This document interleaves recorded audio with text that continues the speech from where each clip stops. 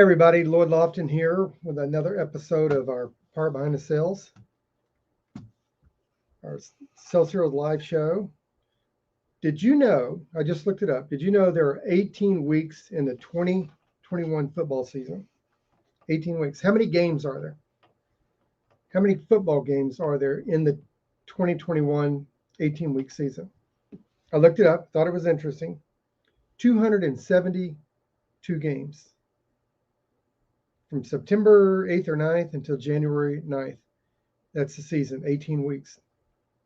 We are in the fourth quarter of 2021. We're at the 10-yard line. And the thing I was thinking about this morning when I was getting dressed, it's mid-October. I think what is today, the 19th? So it's mid-October. And I'm looking at my friends in the sales enablement side of things, looking at and planning out for 2022. And so I thought, we're in the fourth quarter of 2021. We're at the 10-yard line. Is it time to plan for 2022? Or is it time to figure out how to finish up strong for 2021? And when I was thinking about that, it occurred to me, no matter what time of the year it is, what are the things necessary for us to succeed? What are the things necessary for us to hit our numbers? Either as individual salespeople, as distributions, as departments, as companies. What are the things necessary for us to hit our numbers? And why do we, at the fourth quarter, at the 10-yard line, why do we then start looking at what do we need to do to hit strong? And you'll see sales contests come on. You'll see our Ardmores go on, and all kind of pushes to go on to finish the year strong. And I wonder what happened during the year, because last year at the same thought process went forward, right? So what happened during the year that we end up this late in the year looking at ways to end strong? And as I'm thinking about that, and I'm not saying there's anything necessarily wrong with that, but as I was thinking about that, okay, so what are the things necessary to hit our numbers? What are the things necessary to succeed? What is the definition of success? And what do you need to succeed in sales and in marketing and in growing our companies? What do you need? And every time I do this evaluation, every time I think through this process, it always comes down to three things. And within these three things, I think, are the elements necessary to never have to be in the fourth quarter at the 10-yard line and say, what do we do to finish the year strong? I would think that the whole year should be strong, right? I would think that whatever plan we put together at the beginning of the year, when we evaluated it, which hopefully we do at the end of the first quarter and the beginning of the second quarter, we make those fine-tunements and adjustments. When we evaluate it at the end of the second quarter, beginning of the third quarter, we again refine our plan. We again refine our strategy so that when we hit the fourth quarter, there's nothing to evaluate. Everything should be running on all cylinders. But I've never known a company that didn't look at the fourth quarter and say, how do we end up strong? And I get these emails now. I'm getting these emails about end your year strong, hit your numbers. What do you need to do to hit your numbers? So what are the three things? What are the three things necessary for any business to focus on so that the sales are consistent throughout the year and we're always hitting our numbers? We don't have to focus on ending the year strong. We're always hitting our numbers. And the first thing of those three, and before I say the first thing, I want to make a comment on this. Do you look forward into 2022, or do you look backwards and figure out what didn't work? And I think it's a combination of both. I think that throughout the year, we should have been defining what's working and what's not working.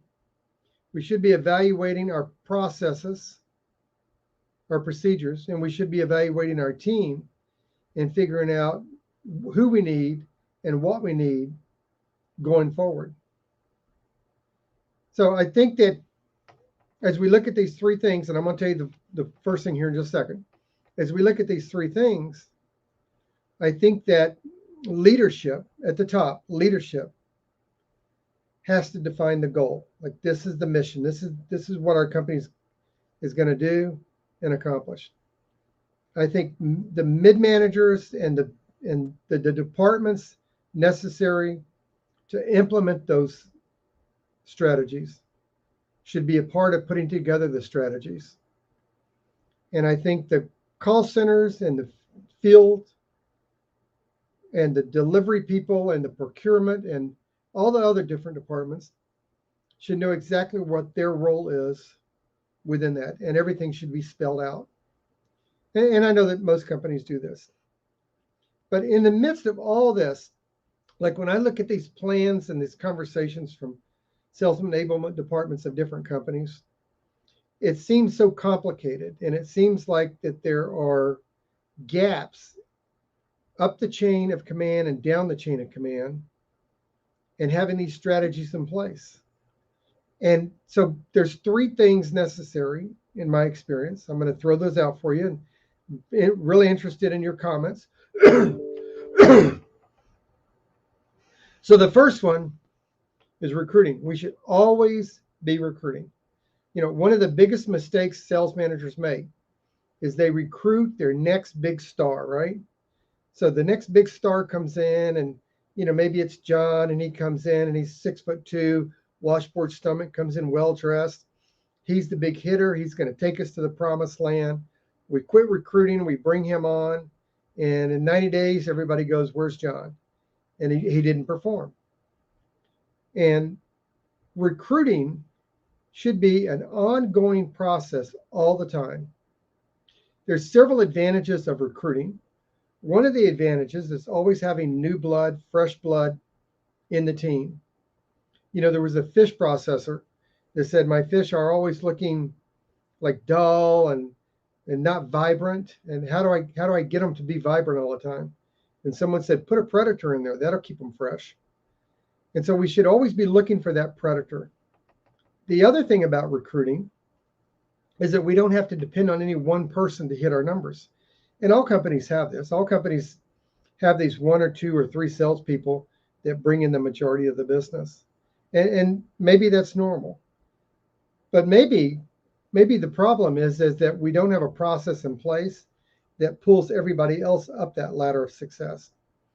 I think that every company should have a goal that every salesperson makes $100,000 a year. I don't think that should be anything unusual or odd or abnormal or a superstar. I think every company should have a goal that every salesperson makes $100,000 a year. I think the process they have in place and the opportunity that's available should be an opportunity and a process that enables each person to make that $100,000. And I think that when you have that, I think when people are hitting that $100,000 mark, it's believable that everyone else can hit that $100,000 mark. So recruiting is really a key to ongoing growth. The other things that happens is when you're always bringing new people in, the people that aren't really performing do one of 3 things. They either learn from the process that's going on and do better. They illustrate that they're never going to do better, which is, if they're still on board, that's a leadership problem. Or they quit themselves. They fire themselves. So recruiting has a lot of benefits. And in the process of recruiting, I think we have to recruit for the right thing. So I don't think that we should be recruiting for the superstar. I don't think we should be recruiting for the next big person. I don't even think we should be recruiting for the most talented. I think what we should be recruiting for is a person who's willing to do the work necessary to succeed. So what happens is you hire John, right? You hire Betty, you hire that big hitter. They look good, they smell good during the interview, but they're just not willing to do the work necessary to get ahead, whether it's smiling and dialing, whether it's making the cold calls, whether it's going out and seeing the people, whatever's involved. They're not willing to do the activity necessary to succeed. But what happens is when you hire somebody that's willing to do the activity necessary to succeed, then you can train the skill set. Because we hired John because we thought he had the skill set necessary to succeed. But what he was missing was the willingness to do the work. So if I can hire somebody that's willing to do the work and they're coachable, then I can train the skill set. And as long as I've got someone willing to do the work, then I'm not pushing a wet noodle. That's half the battle. The third thing that happens in recruiting is that it actually builds a culture where succeeding is normal. I mean, imagine if everybody on your team, everybody working a desk in your call center right now, everybody that is out in the field was making $100,000 a year. What would that do to the attitude? What would that do to the energy in your company? How would that improve the sales calls that they're making? How would that improve marketing's delivery of the right message? That would impact the entire company if every salesperson was making $100,000 a year, because it makes it believable that everyone can do it. So there's a lot of advantages to recruiting, and the sub advantage of recruiting underneath all of that is when you get into that fourth quarter, you already know what you need for next year, right? You already know what you need for 2022 because you've been recruiting all year long. You know what works and what doesn't work, and you know what part of your process you need to fix or improve. So recruiting brings you into the fourth quarter with the cream of the crop, not the cream of the crap. And the recruiting shows you who your team leaders are going to be for next year so that you can bring your management up from the force, right? So there's all those advantages to recruiting. So what's the second one? The second one is training. And this is where I see companies fail miserably. When I go into a lot of these organizations, I belong to the American Association of Inside Sales Professionals, Sales Enablement Society. When I go into all them and I look at the challenges that they have, the biggest thing that I see all the time is the need for training. And here's what most companies do. Not all, but most companies spend 80% of a new salesperson's time training them on the product. And that's a mistake. Let's look at the sales process. Let's just look at the buying process, right? To the consumer, whoever the consumer is in your industry, to the consumer, what is the product? Just take a second and think about it. Answer it out loud. To the consumer, what is the product? The product's a solution, right? What does the solution do? The solution solves a problem, doesn't it? How do your salespeople know what problem the prospect wants to solve? Well, they have to be really good at asking questions, right? Questions gather information while objections disclose information. So they have to be really good at asking questions. And in order for them to ask a question, what do they need? Go ahead, what do they need if they're going to ask a question? They need a prospect, right? And in order to get a prospect, they got to have a lead. So the sales process is about getting a lead, contacting the lead, turning that prospect into a suspect, giving really good questions to uncover the problems the prospect wants to solve, and then selling the problem that prospect has, helping that prospect design a solution that they're willing to invest in today to solve that problem. And now the product becomes important. So, don't leave thinking that I'm saying the product's not important. I think the product's critical. But I think for salespeople to understand how a feature of a product is a benefit is more important than understanding every feature about the product. So companies spend, I started off this by saying the companies spend 80% of their time, 80% of a new salesperson's time training them on just 20% of the sale. Why do I say that? How long does it take to make an average sales presentation, right? No matter what industry you're in, somewhere around an hour, round figures. If you are just going to describe the features of your product, not going to all the details of every feature and how everything works, if you're just going to describe the features of your product, how long would it take you to describe the features? 10 minutes? If a sales call is 60 minutes, you're taking somewhere around 10 to 15%, maybe 20% of the time about the product. Sales organizations spend 80% of a new person's time, a new salesperson's time, training them on 80% of the time, training them on 20% of the sale. 80% of the sale is everything else that we've discussed. Understanding how to get the lead, work the lead, understanding how to opening the call, using questions to gather information, selling the problem that people have. All of that's 80% of the sales process, right? The product's only 20% of it. So it's important to recruit, but it's important to train. We have to train our salespeople on the things we want them to do the most in the order we want them to do those things. And as we do this, we bring them progressively through the sales process, so that they become a subject matter expert in each area. And when they get to the close,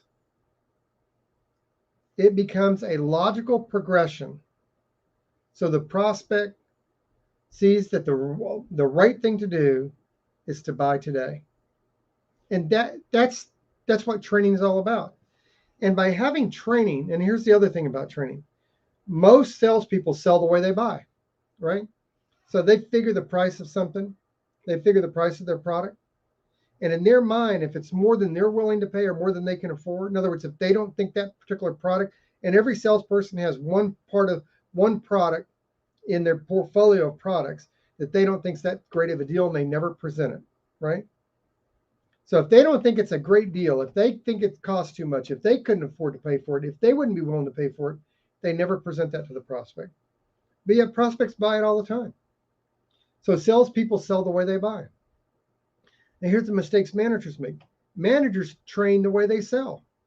I remember back in 2000, I was a Physicians Mutual. I was sitting in the office in Knoxville. I'm an old door-to-door guy. Even back then, I was an old door-to-door guy. And I remember sitting in the room and a sales manager standing up front saying, the only way you can sell here at Physicians Mutual is you have to use the phone to make appointments. And I'm sitting there nodding at that guy like this, thinking, you're a freaking moron, and I'm never doing that. Now, I'm not getting into debate of whether calling and making appointments is good or not. Of course it is. I'm just saying at that time, at that point in my career, the way that I marketed myself wasn't the way that he was training. And his weakness is he could only train what he knows. He wasn't able to train me the way that I was willing to sell. And so that's the problem that most organizations have, is they come up with a sales methodology and then they try and fit every sales personality into that methodology. There's all kind of questions on these sites, the AISP, Sales Enablement Society, all kind of questions about what methodology to use, which I think is kind of amazing that you're trying to figure out a methodology instead of trying to figure out a process that works for each salesperson, because we all have our own personality. The same people who buy from me might never buy from you, and the same people who buy from you might never buy from me. That doesn't make you a bad salesman. It doesn't make me a bad salesman. It might make me ineffective if I try and close somebody that doesn't relate with me. That might be the case. So what we have to do is we have to train salespeople on the thing we want them to do the most in the order we want them to do those things. So the first thing is to recruit, then we have to train effectively. And the third thing Now, you notice that recruiting is something we do all year long. You don't hire a team. Like I saw one person say that they're a small company, less than 50 people, and she was hired to build a sales enablement out, and she's looking for the right process. The first time you build a team out is kind of like the first time that you made pancakes. If you think back to the first time you made pancakes, what did you do with those pancakes? You burn them, right? We always burn our first batch of pancakes. And when you build your first sales team, that's kind of the same way. The salespeople that you have when you first start are not going to be the ones that you have a year from now, most likely. You're going to lose most of them. They're not the ones that are going to take you to the promised land. So the reason you recruit all year is to keep that fresh blood in there. The reason you train on the skill sets, you train in the order you want people to do things, right? So you train them on the things you want them to do the most in the order you want them to do those things. And you train all year long on that so that your team always knows how to sell with finesse and their skill set is always at the top level. And you train at the point of deviation. So a sales leader monitors the activity their salespeople is engaged in, and you train them at the point of deviation. You don't nitpick, you don't major in the minors, you just train them at the point of deviation. Because every salesperson gets in their own funnel, they get in their own groove, they have their own style of doing it. And as long as they hit their numbers, that's all that matters. Doesn't matter how they're doing it, it matters that they do that. So you recruit all year long, you train all year long. What's the third thing? Well, the third thing is probably one of the most important things. You got to retain them. You got to retain your team. But who do you want to retain? You want to retain the people that are hitting the numbers. It's business. This isn't a popularity contest. It's a business. So you retain the people that are hitting their numbers. In fact, the worst thing that sales leaders do is they hang on to weak people to give them a chance. Or he's a nice guy, she's a nice person. And the nonverbal message to the rest of the team is it doesn't matter how hard you work, it doesn't matter that you showed up on time, it doesn't matter you made the 80 phone calls, it doesn't matter you did the 2 hours and 24 minutes of talk time. None of that matters. What matters is John over here or Frank over here is struggling, and I want to give him another chance. The reason that our individual team members aren't hitting $100,000 a year is because we don't have a process in place that pulls them up to that $100,000 income. Our role as leaders, our job as leader, our responsibility to our team, our department, our company is to provide the tools, resources, and support that each team member needs to hit those numbers and to hold everybody equally accountable for hitting those numbers. That means that we retain the cream of the crop. We have a system in place that gives everyone a fair opportunity to hit their numbers. And we do the people that aren't capable or aren't willing to hit their numbers, and that falls into supervision. It's the last thing I'm going to talk about here in a second. We do them a favor and we replace them so they can go to an environment where they can succeed. Again, this isn't a popularity contest. This isn't therapy. We're not trying to make, we want people's lives to be improved because they improve, because they do well.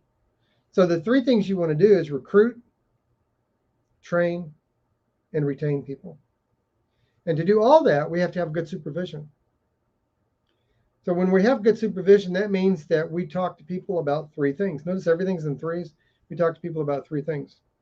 We talk about their job duties, their job performance, and we hold them accountable. Those are the three things that we talk to them about. Our job duties are the specifics. They're in the job descriptions. Job performance is how you perform those job duties. And then we hold them accountable for it. And if we're not holding them accountable to the things that they can control. So for example, I would never hold someone accountable for 10 sales until I hold them accountable for making 80 phone calls a day. I would never hold them accountable for 10 sales until I hold them accountable for having 2 hours and 24 minutes of talk time. Whatever your metrics are, you hold them accountable to those metrics until they grow into that skill set, and then you move them along to the next metric.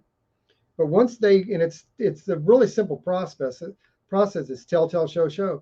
You tell them how to do it and you show them how to do it. You have them tell you how to do it. You have them show you how to do it. And then once you've done that, once they've shown you they know how to do it, then you only end up with two kind of people. That's all you end up with if you follow this process. And that is people that are willing to do it, or people that are trainable. If they're trainable, then yeah, I would continue to work with them as long as they're trainable.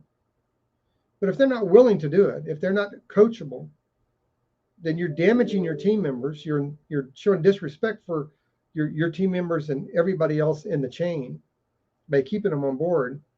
And honestly, you're just trying to make yourself feel better by giving them another chance, because maybe you think that they're not doing good as a poor reflection on you. And in fact, if you keep them on board, it probably is a poor reflection on you. I mean, the way we can help people is to put them in the environment that they can do best in. And there's a lot of people that can do better in a different environment than yours. And so as we look, so what's the answer? What's at the beginning of this? I said, did we look back to 2021 or do we look forward to 2022? We're in the fourth quarter. We're at the 10-yard line. It should be a really simple process to pull the numbers and see what worked and do more of what worked. There are, you ready? I did my research before I started this. There are 10 weeks and 4 days left in the year. 10 weeks and 4 days. I don't know how many work days that is for you, but there's 10 weeks and 4 days left. Now's the time to pull the numbers of what worked this year. Go back to each week. There's 52 weeks, right? So you got 42 weeks to go back on. Shouldn't take you that long to do it. What worked? And then have your team do more of that. Go back over 40 weeks, or 42 weeks, I guess it would be, right? Got to do my math. Go back over 42 weeks and look at what didn't work. Have your team do less of that. Then take the things that did work and put a plan in place for the first quarter of next year. I know everybody will plan the whole year out, not necessarily opposed to planning the whole year out, but plan the first quarter out.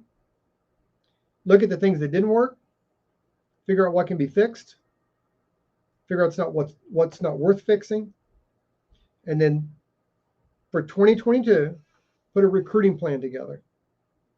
Recruit every day, bring on new salespeople every day, do a year's worth of hiring in 1 quarter, and you'll end up with the cream of the crop. And you won't have time to babysit the ones that aren't willing to do it. So in 2022, here's what you want to do. You want to recruit. You want to recruit people that are willing to do the work necessary and are coachable. That's the only criteria you're looking for. They're willing to do the work necessary to succeed, and they're coachable. You want to train them on the things you want them to do the most, in the order you want them to do those things, and you want to retain them, and you retain them by correcting at the point of deviation, rewarding the behavior you want them to repeat, and acknowledging their effort. Make sure that you provide the tools, the resources, and the support necessary for everybody to succeed. And the last thing you want to do is hold yourself accountable first, and then hold your team members accountable. It's more important that you're accountable as a leader than it is your team members are accountable, because if you're not accountable as a leader, when you point your finger at them, you got 3 fingers pointing back at you. So that's my counsel on, should you look backwards to 2021 or look forward to 2022? I think you do both of them. So remember, recruit, train, and retain. Put your comments down here. What is your thought process about what you're going to do for 2022? What did you learn for 2021? What can you do differently? If you're looking at this on YouTube, subscribe to the channel, hit that little alarm clock so you get notified every time that I put a video out there, and make this shareable. So here, for those of you who complain about your leadership, here's a technique for you. Forward this, share it with somebody with this comment. Hey, I watched this, thought it was interesting, your thoughts. I watched this, thought it was interesting, your thoughts. And create a conversation. So make it shareable, don't keep it a secret. All right, guys. Take care and have a great 2021.